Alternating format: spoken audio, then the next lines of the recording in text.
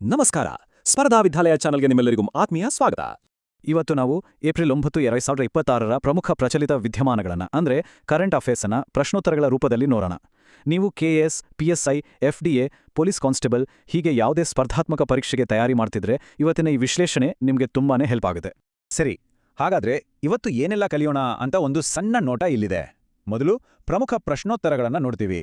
ಆಮೇಲೆ ರಾಷ್ಟ್ರೀಯ, ಸಾಂಸ್ಕೃತಿಕ, ರಕ್ಷಣೆ, ವಿಜ್ಞಾನ ಹೀಗೆ ಬೇರೆ ಬೇರೆ ವಿಷಯಗಳ ಬಗ್ಗೆ ಮಾತಾಡೋಣ. ಕೊನೆಗೆ ಒಂದು ಕ್ವಿಕ್ ರಿವಿಷನ್ ಇರುತ್ತೆ, ಜೊತೆಗೆ ನಿಮ್ಗೋಸ್ಕರ ಒಂದು ಪ್ರಶ್ನೆ ಕೂಡ ಕಾಯ್ತಾ ಇರುತ್ತೆ. ರೆಡಿ ಅಲ್ವಾ? ಹಾಗಿದ್ರೆ ಬನ್ನಿ ಶುರು ಮಾಡೋಣ. ಬನ್ನಿ, ನಮ್ಮ ಮೊದಲನೇ ಪ್ರಶ್ನೆ ನೋಡೋಣ. ವಿಶ್ವ ಹೋಮಿಯೋಪತಿ ದಿನ 2026 ಬಗ್ಗೆ ಕೊಟ್ಟಿರೋ ಈ ಹೇಳಿಕೆಗಳಲ್ಲಿ ಯಾವುದು ಸರಿ ಅಂತ ಹೇಳಬೇಕು. 4 ಆಯ್ಕೆಗಳನ್ನು ಒಮ್ಮೆ ಸರಿಯಾಗಿ ನೋಡ್ಕೊಳ್ಳಿ. ಓಕೆ, ಸರಿಯಾದ ಉತ್ತರ ಆಯ್ಕೆ ಬಿ. ವಿಶ್ವ ಹೋಮಿಯೋಪತಿ ದಿನವನ್ನ ಹೋಮಿಯೋಪತಿಯ ಸಂಸ್ಥಾಪಕರಾದ ಸ್ಯಾಮ್ಯುಯಲ್ ಹ್ಯಾನಿಮನ್ ಅವರ ಹುಟ್ಟುಹಬ್ಬದ ನೆನಪಿಗಾಗಿ ಪ್ರತಿ ವರ್ಷ ಏಪ್ರಿಲ್ 10ನೇ ತಾರೀಕು ಆಚರಿಸಲಾಗುತ್ತೆ. ನೋಡಿ, ಪರೀಕ್ಷೆಗೆ ಅಂತ ಬಂದಾಗ ಈ ಸ್ಲೈಡ್ನಲ್ಲಿರೋ 2 ವಿಷಯಗಳು ತುಂಬಾ ಇಂಪಾರ್ಟೆಂಟ್. ಒಂದು, 2026ರ theme homeopathy for sustainable health, ಅಂದರೆ ಸುಸ್ಥಿರ ಆರೋಗ್ಯಕ್ಕಾಗಿ ಹೋಮಿಯೋಪತಿ. ಇನ್ನೊಂದು, ಹೋಮಿಯೋಪತಿ ನಮ್ಮ ಭಾರತಕ್ಕೆ ಬಂದಿದ್ದು 1810ರಲ್ಲಿ ಜರ್ಮನ್ ಮಿಷನರಿಗಳಿಂದ. ಇದನ್ನ ಮರಿಬೇಡಿ. ಸರಿ, ಆರೋಗ್ಯ ಕ್ಷೇತ್ರದಿಂದ ಈಗ ಪರಿಸರದ ಕಡೆಗೆ ಹೋಗೋಣ. ಸ್ವಚ್ಛತಾ ಪಖ್ವಾಡ 2026ರ ಸಮಯದಲ್ಲಿ ವೇಸ್ಟ್ ಟು ವೆಲ್ತ್ ಅಂದರೆ ತ್ಯಾಜ್ಯದಿಂದ ಸಂಪತ್ತು ಅನ್ನೋ ಒಂದು ಇಂಟ್ರೆಸ್ಟಿಂಗ್ ಕಾರ್ಯಾಗಾರ ನಡೆತು. ಇದನ್ನ ಆಯೋಜಿಸಿದ್ಯಾರು ಹೇಳ್ನೋಡೋಣ. ಹೌದು, ಇಲ್ಲಿ ಸರಿಯಾದ ಉತ್ತರ ಆಯ್ಕೆ ಬಿ. ಕಾನೂನು ಮತ್ತು ನ್ಯಾಯ ಸಚಿವಾಲಯದ ಅಡಿಯಲ್ಲಿ ಬರುವ ಶಾಸಕಾಂಗ ಇಲಾಖೆ ಅಂದರೆ ಲೆಜಿಸ್ಲೇಟಿವ್ ಡಿಪಾರ್ಟ್ಮೆಂಟ್ ಇದನ್ನ ಆಯೋಜನೆ ಮಾಡಿತ್ತು. ಇದು ನಡೆದಿದ್ದು ನವದೆಹಲಿಯ ಶಾಸ್ತ್ರಿ ಭವನದಲ್ಲಿ. ಇದರ ಮುಖ್ಯ ಉದ್ದೇಶ ಏನ್ ಗೊತ್ತಾ? ನಮ್ಮ ಮನೆಯಲ್ಲಿರೋ ಕಸವನ್ನೇ ಅಂದರೆ ತ್ಯಾಜ್ಯವನ್ನೇ ಸಂಪತ್ತಾಗಿ ಪರಿವರ್ತಿಸೋದು. ಇದನ್ನ ಸುಮ್ಮನೆ ಹೇಳಿ ಬಿಡ್ಲಿಲ್ಲ, ಪ್ರಾಕ್ಟಿಕಲ್ ಆಗಿ ಮಾಡಿ ಕೂಡ ತೋರಿಸಿದ್ರು. ಉದಾಹರಣೆಗೆ, ಬಿಸಾಕೋ ಪ್ಲಾಸ್ಟಿಕ್ ಬಾಟಲ್ಗಳಿಂದ ಎಷ್ಟು ಸುಂದರವಾದ ಗಿಡ ನೆಡೋ ಹ್ಯಾಂಗಿಂಗ್ ಪ್ಲಾಂಟರ್ಗಳನ್ನ ಮಾಡ್ಬೋದು ಅಂತ ಮಾಡಿ ತೋರಿಸಿದ್ರು. ಗ್ರೇಟ್ ಅಲ್ವಾ? ಮುಂದಿನ ಪ್ರಶ್ನೆ ಸಾಹಿತ್ಯ ಮತ್ತು ಸಂಸ್ಕೃತಿಗೆ ಸಂಬಂಧಪಟ್ಟಿದ್ದು. ಸಪ್ಪರ್ ರಾಮ್ ತಪಸ್ವಿ ರಾಜ ಈ ಕೃತಿ ಬಗ್ಗೆ ಕೊಟ್ಟಿರೋ ಹೇಳಿಕೆಗಳಲ್ಲಿ ಯಾವುದು ಸರಿ? ಯೋಚಿಸಿ. ಸರಿಯಾದ ಉತ್ತರ ಆಯ್ಕೆ ಬಿ. ಇದೊಂದು ಹಿಂದಿ ಕಾವ್ಯ ಸಂಕಲನ. ಇದನ್ನು ಬರೆದವರು ಅಶುತೋಷ್ ಅಗ್ನಿಹೋತ್ರಿಯವರು. ಈ ಪುಸ್ತಕದಲ್ಲಿ ಭಕ್ತಿ, ಸಂಸ್ಕೃತಿ ಮತ್ತು ನೈತಿಕ ಮೌಲ್ಯಗಳ ಬಗ್ಗೆ ತುಂಬ ಚೆನ್ನಾಗಿ ಹೇಳಿದ್ದಾರೆ. ಇನ್ನೊಂದು ಇಂಟ್ರೆಸ್ಟಿಂಗ್ ವಿಷಯ ಅಂದರೆ, ಸಪ್ಪರ್ ರಾಮ್ ತಪಸ್ವಿ ರಾಜ ಅನ್ನೋದು ಬರೀ ಪುಸ್ತಕದ ಟೈಟಲ್ ಅಲ್ಲ, ಇದು ಹನುಮಾನ್ ಚಾಲೀಸಾದ ಒಂದು ತುಂಬಾನೇ ಫೇಮಸ್ ಆಗಿರೋ ಸಾಲು ಕೂಡ ಹೌದು. ಇದರಿಂದ ಈ ಕೃತಿಗೆ ಇನ್ನಷ್ಟು ಮಹತ್ವ ಬಂದಿದೆ. ಈಗ ಸ್ಪೋರ್ಟ್ಸ್ ಕಡೆ ಗಮನ ಹರಿಸೋಣ.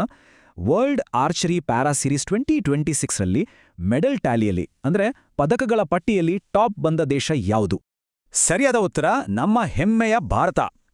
ಥಾಯ್ಲೆಂಡ್ನ ಬ್ಯಾಂಕಾಕ್ನಲ್ಲಿ ನಡೆದ ಈ ಸೀರೀಸಲ್ಲಿ ನಮ್ಮ ಪ್ಯಾರಾ ಆರ್ಚರ್ಗಳು ಅದ್ಭುತ ಪ್ರದರ್ಶನ ಕೊಟ್ಟು ಪದಕಗಳ ಪಟ್ಟಿಯಲ್ಲಿ ಮೊದಲನೇ ಸ್ಥಾನ ಪಡ್ಕೊಂಡ್ರು. ಎಕ್ಸಾಮ್ ಪಾಯಿಂಟ್ ಆಫ್ ವ್ಯೂ ಇಂದ ಈ 3 ಪಾಯಿಂಟ್ಸ್ ನೆನ್ಪಿಟ್ಕೊಳ್ಳಿ. ನಡೆದ ಸ್ಥಳ ಬ್ಯಾಂಕಾಕ್, ಟಾಪ್ ಬಂದಿದ್ದು ಭಾರತ ಮತ್ತು ಪ್ರಮುಖ ಆಟಗಾರ್ತಿ ಚಿನ್ನದ ಪದಕ ಗೆದ್ದ ಪಾಯಲ್ ನಾಗ್. ಇವರು ಮಹಿಳೆಯರ ಕಾಂಪೌಂಡ್ ವಿಭಾಗದಲ್ಲಿ ಗೋಲ್ಡ್ ಮೆಡಲ್ ತಂದು ದೇಶಕ್ಕೆ ಕೀರ್ತಿ ತಂದಿದ್ದಾರೆ. ಸ್ಪೋರ್ಟ್ಸ್ನಿಂದ ಈಗ ಸರ್ಕಾರದ ಒಂದು ಪ್ರಮುಖ ಯೋಜನೆ ಕಡೆಗೆ ಹೋಗೋಣ. PM E-ಡ್ರೈವ್ ಯೋಜನೆ ಬಗ್ಗೆ ಈ ಹೇಳಿಕೆಗಳಲ್ಲಿ ಯಾವುದು ಸರಿ? ಗಮನಿಸಿ. ಇದಕ್ಕೆ ಸರಿಯಾದ ಉತ್ತರ ಆಯ್ಕೆ ಬಿ. PM E-ಡ್ರೈವ್ ಅಂದ್ರೆ ಇದು ನಮ್ಮ ದೇಶದಲ್ಲಿ ಎಲೆಕ್ಟ್ರಿಕ್ ವೆಹಿಕಲ್ಸ್ ಬಳಕೆಯನ್ನ ಪ್ರಮೋಟ್ ಮಾಡೋ ಒಂದು ದೊಡ್ಡ ಯೋಜನೆ. ಇದನ್ನ ನೋಡ್ಕೊಳ್ತಿರೋದು ಮಿನಿಸ್ಟ್ರಿ ಆಫ್ ಹೆವಿ ಇಂಡಸ್ಟ್ರೀಸ್. ಇದರ ಉದ್ದೇಶ ಬರೀ ಗಾಡಿ ಓಡಿಸೋದಲ್ಲ, ಪೆಟ್ರೋಲ್ ಡೀಸೆಲ್ ಮೇಲಿನ ಅವಲಂಬನೆ ಕಮ್ಮಿ ಮಾಡಿ ವಾಯು ಮಾಲಿನ್ಯವನ್ನು ಕಮ್ಮಿ ಮಾಡೋದು. ಇದರ ಅಲ್ಟಿಮೇಟ್ ಗೋಲ್ ಏನ್ ಗೊತ್ತಾ? 2070ರ ಹೊತ್ತಿಗೆ ಭಾರತವನ್ನ ನೆಟ್ ಝೀರೋ ಎಮಿಷನ್ಸ್ ದೇಶವನ್ನಾಗಿ ಮಾಡೋದು. ಅಂದ್ರೆ ನಾವು ಎಷ್ಟು ಇಂಗಾಲವನ್ನ ವಾತಾವರಣಕ್ಕೆ ಬಿಡ್ತೀವೋ ಅಷ್ಟನ್ನೇ ವಾಪಸ್ ಹೀರ್ಕೊಳ್ಬೇಕು. ಇದೊಂದು ದೊಡ್ಡ ಪರಿಸರ ಗುರಿ. ಹಾಗಾದ್ರೆ ಈ ಯೋಜನೆಯಿಂದ ಆಗ್ತಿರೋ ಪರಿಣಾಮ ಎಷ್ಟಿದೆ ಅಂತ ನಿಮ್ಗೆ ಕುತೂಹಲ ಇದೆಯಾ? ಈ ಸ್ಲೈಡಲ್ಲಿರೋ ನಂಬರ್ ನೋಡಿ. ಪ್ರತಿ ದಿನ, ನೀವು ನಂಬಲೇಬೇಕು, ಪ್ರತಿ ದಿನ 26.76 ಲಕ್ಷ ಲೀಟರ್ ಇಂಧನ ಉಳಿತಾಯ ಆಗ್ತಿದೆ. ಅಬ್ಬಾ, ಇದು ನಮ್ಮ ಪರಿಸರಕ್ಕೆ ಅಷ್ಟೇ ಅಲ್ಲ, ನಮ್ಮ ದೇಶದ ಆರ್ಥಿಕತೆಗೂ ಎಷ್ಟು ದೊಡ್ಡ ಸಹಾಯ ಅಲ್ವಾ?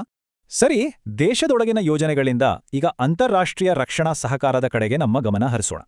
ಎಕ್ಸರ್ಸೈಸ್ ಸೈಕ್ಲೋನ್ ವೀಕ್ ಅನ್ನೋ ಮಿಲಿಟರಿ ಅಭ್ಯಾಸದ ಬಗ್ಗೆ ಯಾವ ಹೇಳಿಕೆ ಸರಿಯಿದೆ? ಸರಿಯಾದ ಉತ್ತರ ಆಯ್ಕೆ ಬಿ. ಇದು ಭಾರತ ಮತ್ತೆ ಈಜಿಪ್ಟ್ ದೇಶಗಳ ಸ್ಪೆಷಲ್ ಫೋರ್ಸಸ್ ಅಂದ್ರೆ ವಿಶೇಷ ಪಡೆಗಳ ನಡುವೆ ನಡೆಯೋ ಜಂಟಿ ಸಮರಾಭ್ಯಾಸ. ನೋಡಿ, ಈ ಸ್ಲೈಡ್ನಲ್ಲಿರೋ ಟೇಬಲ್ ಇದೆಯಲ್ಲ, ಇದು ಪರೀಕ್ಷೆ ದೃಷ್ಟಿಯಿಂದ ತುಂಬಾನೇ ಇಂಪಾರ್ಟೆಂಟ್. ಬೇರೆ ಯಾವ ದೇಶಗಳ ಜೊತೆ ಯಾವೆಲ್ಲ ಎಕ್ಸರ್ಸೈಸ್ ನಡೆಯುತ್ತೆ ಅನ್ನೋ ಲಿಸ್ಟ್ ಇಲ್ಲಿದೆ. ಉದಾಹರಣೆಗೆ, ಯುದ್ಧ ಅಭ್ಯಾಸ ಅನ್ನೋದು ಭಾರತ ಮತ್ತು USA ಆರ್ಮಿ ನಡುವೆ ನಡೆಯುತ್ತೆ.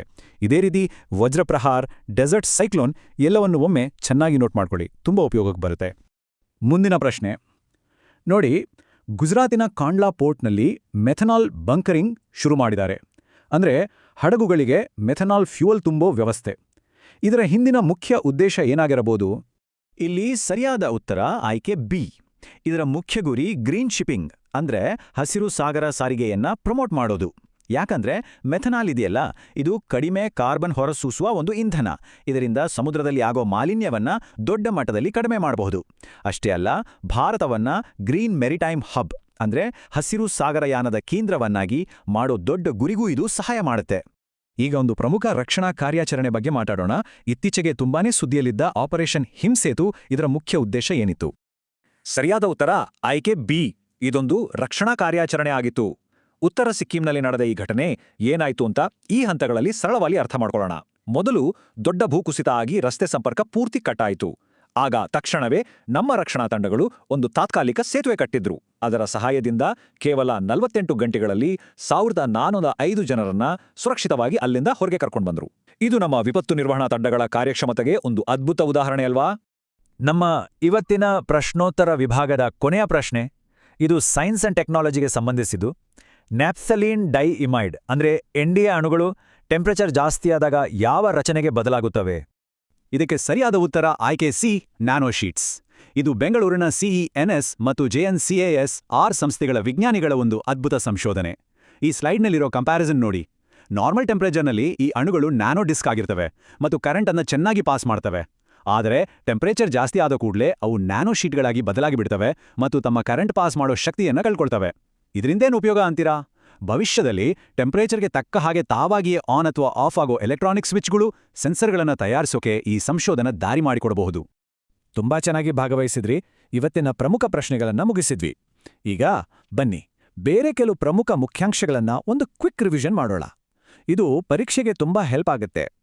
ಓಕೆ, ಈಗ ನಾನು ಹೇಳ್ತಾ ಹೋಗ್ತೀನಿ, ಗಮನವಿಟ್ಟು ಕೇಳಿಸ್ಕೊಳ್ಳಿ.